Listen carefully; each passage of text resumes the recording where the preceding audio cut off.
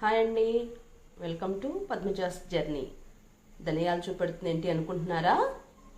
మసాలా పొడి పడుతున్నానండి. వాటికి 1/2 కేజీ ధనియాలు తీసుకున్నానండి. ఇప్పుడు వీటిని కళాయి పెట్టి కళాయిలో వేసి వేయించుకోవాలండి. నూనె గిన్నె ఏం అవసరం లేదండి, మామూలుగా వేగుతాయి. లైట్గా దోరగా వేయించేసుకొని మిక్సీ పట్టుకుంటే మనకి 1-2 నెలలు ఉంటుందండి. ఇది స్టోర్ చేసుకుంటే. స్టవ్ మీద పెట్టేసానండి ధనియాలని.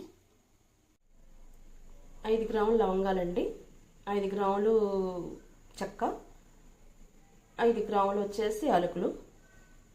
ఈ 1/2 కేజీ ధనియాలు సరిపోతాయండి. ఘాటు ఎక్కువ లేకుండా ఉంటుందండి. ఘాటు ఎక్కువ లేకుండా మంచిగా మనం వంకాయ కూరలో కానీ బీరకాయ కూరలో కానీ చికెన్లో వాటిల్లో కూడా వేసుకోవడానికి ఘాటు ఎక్కువ లేకుండా ఈ క్వాంటిటీస్లో అయితే ఘాటు ఎక్కువ లేకుండా ఉంటుందండి. యాలకులు లవంగాలు చక్కగా వేసేసుకుంటున్నానండి.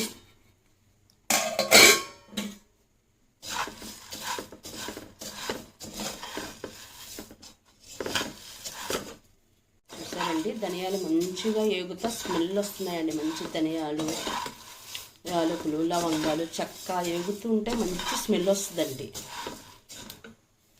మంచిగా ఏగాయండి. వీటిని ఆరబెట్టుకోవాలండి ఫ్యాన్ కింద, వేడి తగ్గిందాక.